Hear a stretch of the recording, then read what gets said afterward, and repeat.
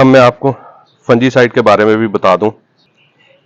देखें इस साइड पे इस स्टेज पे फंगस का भी बहुत अटैक होगा, तो आपने क्या करना है कि 2 दिन का गैप देना है पेस्टिसाइड के स्प्रे में और फंजीसाइड के स्प्रे में। ठीक है, ऐसी सूरत में आपको अपने गुलाब की हिफाजत में कुछ तब्दीलियां करनी पड़ेंगी, उसकी केयर के लिए कुछ अपनी रूटीन को चेंज करना पड़ेगा। तो आज की वीडियो में बेसिकली मैं यही डिस्कस करूंगा कि अब आपने जैसे जैसे टेम्परेचर बढ़ रहा है तो आपने इसकी केयर कैसे करनी है, और साथ साथ ये जो मौसम अब चेंज हो रहा है, गर्म हो रहा है, ठीक है, वार्म वेदर है और थोड़ा ड्राई जा रहा है, तो इसमें बहुत सारी बीमारियों का हमला भी होता है। तो उसके लिए भी आपको वक्त। अस्सलाम वालेकुम, welcome back to my channel. मैं उम्मीद करता हूँ आप लोग खैरियत से होंगे। देखिए, अब आहिस्ता आहिस्ता ना मौसम गर्म होने जा रहा है। आज मार्च की 10 तारीख है, ठीक है, और टेम्परेचर इस वक्त बढ़ता जा रहा है, 32, 33, 34, 35 तक जा रहा है। तो ऐसी सूरत में आपको अपने गुलाब की हिफाजत में कुछ तब्दीलियां करनी पड़ेंगी, उसकी केयर के लिए कुछ अपनी रूटीन को चेंज करना पड़ेगा। तो आज की वीडियो में बेसिकली मैं यही डिस्कस करूंगा कि अब आपने जैसे जैसे टेम्परेचर बढ़ रहा है तो आपने इसकी केयर कैसे करनी है, और साथ साथ ये जो मौसम अब चेंज हो रहा है, गर्म हो रहा है, ठीक है, वार्म वेदर है और थोड़ा ड्राई जा रहा है, तो इसमें बहुत सारी बीमारियों का हमला भी होता है। तो उसके लिए भी आपको वक्तन फवक्तन पेस्टिसाइड्स का स्प्रे करना होगा। फंगस लगेगी, डाउनी मिल्ड्यू, ठीक है, इस तरह के प्रॉब्लम आएंगे। तो इन सब को टैकल करने के लिए आपको स्प्रे करने पड़ेंगे। तो इसकी एक शेड्यूल है, वो बनाना पड़ेगा आपको, वो भी मैं आगे चल के वीडियो में डिस्कस करता हूं। और प्लस जो पेस्ट हैं, डिफरेंट टाइप के पेस्ट हैं, जैसे कि आप कह लें थ्रिप्स हैं, माइट्स हैं, क्योंकि ये जो वार्म वेदर होता है ये माइट्स का आइडियल मौसम होता है, उनके अटैक भी होंगे। ठीक है, तो ये माइट्स के लिए कि आपने कौन कौन से स्प्रे करने हैं, कैसे करने हैं, वो भी आज की वीडियो में डिस्कस होंगे। और साथ थ्रिप्स का बहुत ज़्यादा अटैक हो रहा होता है, क्योंकि नई ग्रोथ हो रही है। जब नई ग्रोथ शुरू होती है तो तब थ्रिप्स के अटैक होते हैं। तो थ्रिप्स के लिए भी आपको स्प्रे प्लान में डालना होगा, और वो कौन से स्प्रे हैं जो थ्रिप्स पे बहुत इफेक्टिव हैं। स्पेशली मैं ऐसे स्प्रे कोशिश करूंगा आज की वीडियो में डिस्कस करूं जो थ्रिप्स और माइट्स सब पे इफेक्टिव हो।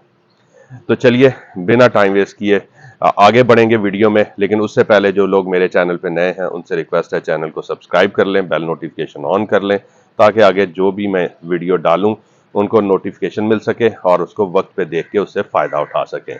वीडियो पसंद आए तो लाइक लाजमी कर दिया करें और आगे शेयर भी किया करें फ्रेंड्स एंड फैमिली मेम्बर्स में, ताकि ये इन्फॉर्मेशन आगे लोगों तक भी पहुँचे। और अगर आपका कोई क्वेश्चन हो, कोई प्रॉब्लम हो, तो आप कमेंट्स में पूछा करें, इंशाल्लाह मैं आपको रिप्लाई करूंगा।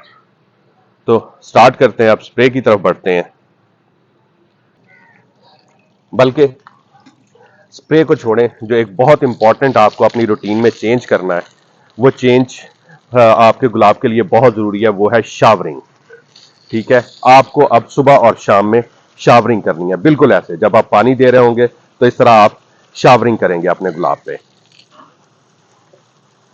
अच्छी तरह अपने गुलाब को नहलाएंगे। उसका फायदा यह है कि आधी बीमारियां तो इस तरह धुल जाती हैं, पेस्ट धुल जाते हैं, ठीक है, वो आपके गुलाब पे इतना इफेक्टिव काम नहीं कर पाते या उस पर सर्वाइव नहीं कर पाते।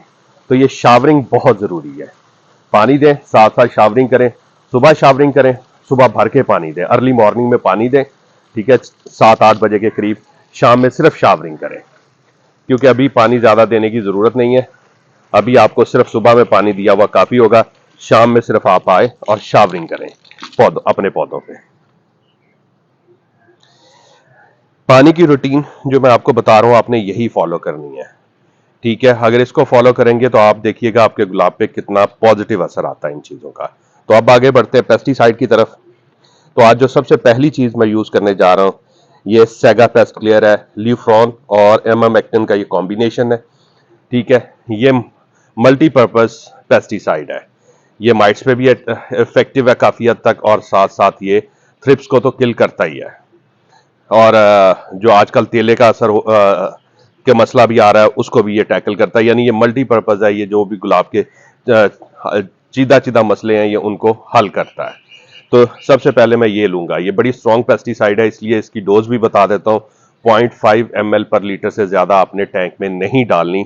जैसे कि मेरा 20 लीटर का टैंक है, तो मैं ये 10 ml यूज करूंगा और ये मैक्सिमम 10 ml यूज करनी है, इससे ज्यादा नहीं। ठीक है, अगर आपका अटैक किसी भी पेस्ट का अटैक नहीं है तो आप 0.25 पर ml भी यूज कर सकते हैं। तो ये ज़हन में रख के आपने इसको यूज करना है कि काफी स्ट्रॉन्ग पेस्टिसाइड है। इसके साथ दूसरी चीज है, ये लिक्विड फॉर्म में सल्फर सल्फोमिक्स के नाम से आता है, ये टेरीमिक्स वालों का है, टर्की की प्रोडक्ट है। ये मैंने पहले भी आपको दिखाया हुआ है। ये एंटी फंगल भी होता है और दूसरा ये बहुत सारे पेस्ट पे भी इफेक्टिव होता है, यानी उनको बढ़ने ही नहीं देता। और साथ साथ ये पौधे की न्यूट्रिशन का भी एक अहम कंपोनेंट है सल्फर। ठीक है, और इसका मैंने आपको बहुत दफा बताया हुआ कि बहुत सारे लोग कहते हैं जो एक्सपर्ट्स हैं, दूसरा क्या कहते हैं, ये जो बॉटनी वाले हैं जो पौधों पे रिसर्च करते हैं, वो कहते हैं जी सल्फर माइक्रोन्यूट्रेंट तो है लेकिन इसकी इंपॉर्टेंस इतनी है कि इसको अगर मैक्रो न्यूट्रेंट की तरह कंसीडर किया जाए तो गलत नहीं होगा। लाइक नाइट्रोजन, फास्फोरस और पोटाशियम जो मैक्रो न्यूट्रेंट्स हैं, तो ये तकरीबन उनसे थोड़ा ही कम इंपॉर्टेंट है, यानी ये मैक्रो न्यूट्रेंट की कैटेगरी में भी आप डाल सकते हैं। तो ये उसके लिए मैं ये सल्फोमिक्स यूज कर रहा हूं और ये यूज करूंगा 1 ml पर लीटर के हिसाब से। अगर आपके पास सॉलिड फॉर्म में हो तो 1 ग्राम पर लीटर के हिसाब से। लेकिन एक चीज देखिएगा, ये कोई अच्छी क्वालिटी का लीजिएगा जो वाटर सॉलेबल हो, अगर सॉलिड ले रहे हैं। अदरवाइज लिक्विड ढूंढे, लिक्विड फॉर्म में सल्फर, तो उसको यूज करें। ठीक है, तो ये आपने लेना है। मैं ले रहा हूं 1 ml पर लीटर के हिसाब से, आप अगर सॉलिड फॉर्म में तो 1 ग्राम पर लीटर के हिसाब से, और ये 0.5 ml पर लीटर के हिसाब से। क्योंकि मैं 0.5 ले रहा हूं क्योंकि मुझे बिल्कुल रिस्क नहीं लेना, मैं एक अच्छा स्प्रे करना चाह रहा हूं ताकि मेरे पौधों पे किसी किस्म का कोई मसला ना है। जो ग्रोथ चल रही है वो चले, क्योंकि जितना टेम्परेचर बढ़ रहा है उस हिसाब से अगर ये ग्रोथ रुकी या इसको कोई पेस्ट का अटैक हुआ तो ये पौधे जो है आगे चल के सर्वाइव करवाना बहुत मुश्किल हो जाएंगे। ठीक है, इस वक्त माशाल्लाह ग्रोथ बहुत अच्छी है। अब मैं फ्लावरिंग पे फोकस नहीं कर रहा क्योंकि टेम्परेचर बढ़ गया है। अगर टेम्परेचर कम होता तो मैं जरूर फ्लावरिंग पे फोकस करता। तो इनको मैं टैंक में मिक्स करता हूं, फिर उसके बाद स्प्रे करता हूं। देखिए जी, ये मैं ले रहा हूं, टैंक मैंने बना लिया है। अब इसके स्प्रे की तरफ बढ़ते हैं। तो स्प्रे करने का पहले तो टाइम बता दूं। टाइम है जी अर्ली मॉर्निंग करें या 7 बजे से पहले स्प्रे करें ठंडे के टाइम। नहीं तो फिर आप शाम में स्प्रे करें 4 बजे के बाद, जब मौसम थोड़ा ठंडा हो जाता है। क्योंकि दोपहर में स्प्रे करना बिल्कुल भी सूटेबल नहीं होता, उससे आपका पौधा स्ट्रेस में जा सकता है। और अब ये भी बता दूं यहाँ, इससे पहले कि मैं स्प्रे का तरीका बताऊं, ये भी बता दूं कि ये जो स्प्रे है अब आप रूटीन में रिपीट करेंगे। 10 दिन मैक्सिमम गैप होना चाहिए आपका, क्योंकि 14 से 15 दिन तक ये इफेक्टिव रहते हैं, उसके बाद इनका असर खत्म हो जाता है। तो आपको 10 दिन बाद इनको एटलीस्ट रिपीट करना है। मैं इसको वीकली बेसिस पे रिपीट करूंगा, लेकिन पेस्टिसाइड जैसे जैसे मैं चेंज करता रहूंगा और उनके पर्पज वो मैं आपसे शेयर करता रहूंगा। तो आपने भी इनको रिपीट करते रहना है। ठीक है, और साथ अपनी फीडिंग बंद नहीं करनी, क्योंकि ये ग्रोथ का टाइम है। इस टाइम पे आपने फीडिंग कंटिन्यू रखनी है। सही है, फीडिंग की मैं वीडियो आपको अलग से कोशिश करूंगा इसी वीक में दे दूं कि फीडिंग क्या करनी है। अभी सिर्फ पेस्ट्स पे हम बात कर लेते हैं। तो अगर आप ये स्प्रे नहीं करेंगे, एक दफा माइट्स का अटैक हो गया, जाला बन गया, तो आप देखिएगा आपके पौधे के सारे पत्ते भी गिरेंगे, वो स्ट्रेस में भी जाएगा और दोबारा ग्रोथ अगर तो टेम्परेचर नॉर्मल रहा तो स्टार्ट हो जाएगी और पौधा अपने आप को संभाल लेगा। लेकिन अगर टेम्परेचर इसी तरह बढ़ता रहा और 40 को टच हो गया और साथ माइट्स की वजह से पत्ते गिर गए, तो फिर पौधे को रिकवर करना बहुत मुश्किल हो जाता है। ठीक है, वो आपके लिए प्रॉब्लम होगा। तो इसलिए कोशिश करें कि बीमारी आने से पहले प्रिकॉशनरी स्प्रे करते रहें ताकि कोई मसला ना हो। और थ्रिप्स का मैं आपको बार बार बताता हूं कि नई ग्रोथ के टाइम पे हर हाल में लेजीनेस ना दिखाएं, सुस्ती ना दिखाएं, स्प्रे करते रहें, क्योंकि वरना नई ग्रोथ पे थ्रिप्स का अटैक होगा ही होगा। ठीक है, वो ऐसे होना शुरू हो जाएगी जैसे जल रही है, काली हो रही है। ठीक है, इस टाइप की नई ग्रोथ होगी, जो पत्ते निकलेंगे वो मुड़े हुए होंगे। ठीक है, और बेढंगी सी शेप होगी और बर्ड्स भी काली होना शुरू हो जाएंगी। वो थ्रिप्स की निशानी होती है और थ्रिप्स का अटैक हो गया तो मतलब वो सारी ग्रोथ तो खत्म हो गई ना। अब फिर दोबारा से पौधा ग्रोथ करेगा तो वो देखेगा। ठीक है, और फिर दोबारा ग्रोथ वाला जो सीन है वो इस वक्त नहीं चल सकता क्योंकि टेम्परेचर बढ़ रहा है। मैं बार बार एक ही बात बता रहा हूं आपको। तो इसलिए एहतियात करें और इसको प्रॉपरली रेगुलर बेसिस पे स्प्रे करें। अब स्प्रे का तरीका मैंने आपको हमेशा बताया है, टाइम मैंने आपको बता दिया। कोशिश करें शाम को करें, सुबह की बजाय। मैं भी कोशिश करता हूं शाम को ही करूं।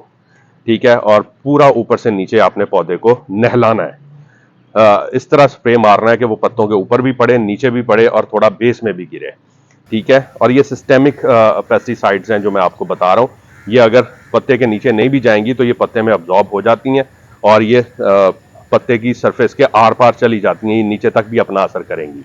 लेकिन आप भी नीचे मार दें, इस तरह स्प्रे करेंगे ऊपर से नीचे तक हर जगह पड़े, ठीक है, तो वो ज़्यादा इफेक्टिव होगा। तो इस तरह आप इसको स्प्रे करते रहें। अब मैं आपको दूसरी पेस्टिसाइड्स भी बता दूं जो कि आप इसकी जगह पे यूज़ कर सकते हैं पेस्ट क्लियर की जगह पे। देखें, वहाँ पे आपको थ्रिप्स और एफिड्स के लिए, जिसको तेला कहते हैं, उसके लिए आप यूज़ कर सकते हैं असीटामेप्रिड या अमीडाक्लोप्रिड, ठीक है, वो यूज़ कर सकते हैं। और उसको आपने लेना है सॉलिड फॉर्म में 1 ग्राम पर लीटर, और लिक्विड फॉर्म में हो तो 1 ml पर लीटर के हिसाब से लेके वो स्प्रे करना है। और माइट्स के लिए सबसे बेस्ट जो है वो है बायर्स की ओबेरॉन, वो लेनी है आपने 0.5 ml पर लीटर, से ज़्यादा नहीं लेनी। अगर तो हैवी अटैक है तो 0.5 ml पर लीटर, और अगर नहीं है, सिर्फ प्रिकॉशनरी कर रहे हैं, तो 0.25 ml पर लीटर के हिसाब से भी आप यूज़ कर सकते हैं। उसको यूज़ करें तो वो माइट्स के लिए परफेक्ट है। मैं भी अगर माइट्स हो तो मैं हमेशा उसी को प्रेफर करता हूँ, ओबेरॉन को, बायर्स की है, ठीक है, तो वो मैं प्रेफर करता हूँ। लेकिन अभी क्योंकि है नहीं तो प्रिकॉशनरी मैं फिर कोशिश करता होता हूँ कि मल्टीपर्पज़ जो है ना वो पेस्टिसाइड यूज़ की जाए, तो उसको स्प्रे किया जाए ताकि वो यानी प्रोटेक्टिव लेयर बन जाए सारे पेस्ट के लिए। अब मैं आपको फंजीसाइड के बारे में भी बता दूं।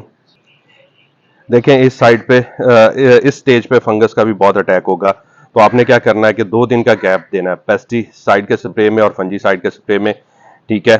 और फंजीसाइड जो इस वक्त सबसे बेस्ट चल होगी इस सिचुएशन में वो है mister top, mancozeb, metalaxyl use कर लें, या मिस्टर टॉप यूज़ कर लें, ठीक है, या फिर मैंने आपको पिछली वीडियो में दिखाई थी स्पार्कल बायर्स की, ठीक है। मिस्टर टॉप से जंटा की है और स्पार्कल जो है वो बायर्स की है, ठीक है, ये यूज़ कर लें। और ये आपने यूज़ करनी है 0.5 ml पर लीटर के हिसाब से स्पार्कल, और जो मैं बता रहा हूँ आपको मिस्टर टॉप। और अगर आप मैंकोजिप यूज़ करते हैं तो वो सॉलिड फॉर्म में आपको मिलेगी, वो 1 ग्राम पर लीटर के हिसाब से आपने यूज़ करनी है और उसका स्प्रे करें। हाँ, एक और चीज़ यहाँ पे क्लियर कर दूं कि आप एक ही टैंक में फंजीसाइड और पेस्टिसाइड को मिक्स कर सकते हैं, ठीक है। 2 चीज़ें आप कोशिश किया करें, मिक्स करें, 2 से ज़्यादा ना करें। तो मैंने अभी क्योंकि इसके साथ सल्फर मिक्स कर लिया तो इसलिए मैं फंजीसाइड अलग से स्प्रे करूंगा। और कोई एक फंजीसाइड लेना और बार बार एक ही नहीं करना, बदलना है। एक दफ़ा आपने मिस्टर टॉप या स्पार्कल कर लिया तो अगली दफ़ा आप मैंकोजिप और वो स्प्रे कर दें, ठीक है। उसके बाद वो आती है टॉप्सन है, ठीक है, वो आप स्प्रे कर दें। यानी ये 3 फंजीसाइड आप जेन में रखें, ये 3 आप बदल बदल के स्प्रे करते रहें, तो उससे ये होगा कि फंगस के अटैक्स भी नहीं होंगे। तो उसको स्प्रे करने का भी सेम यही तरीका जो अभी मैंने आपको बताया, ठीक है। टैंक बनाएं और थॉरोली स्प्रे करें ऊपर से नीचे तक, और थोड़ा बेस में भी गिरने दें पानी को।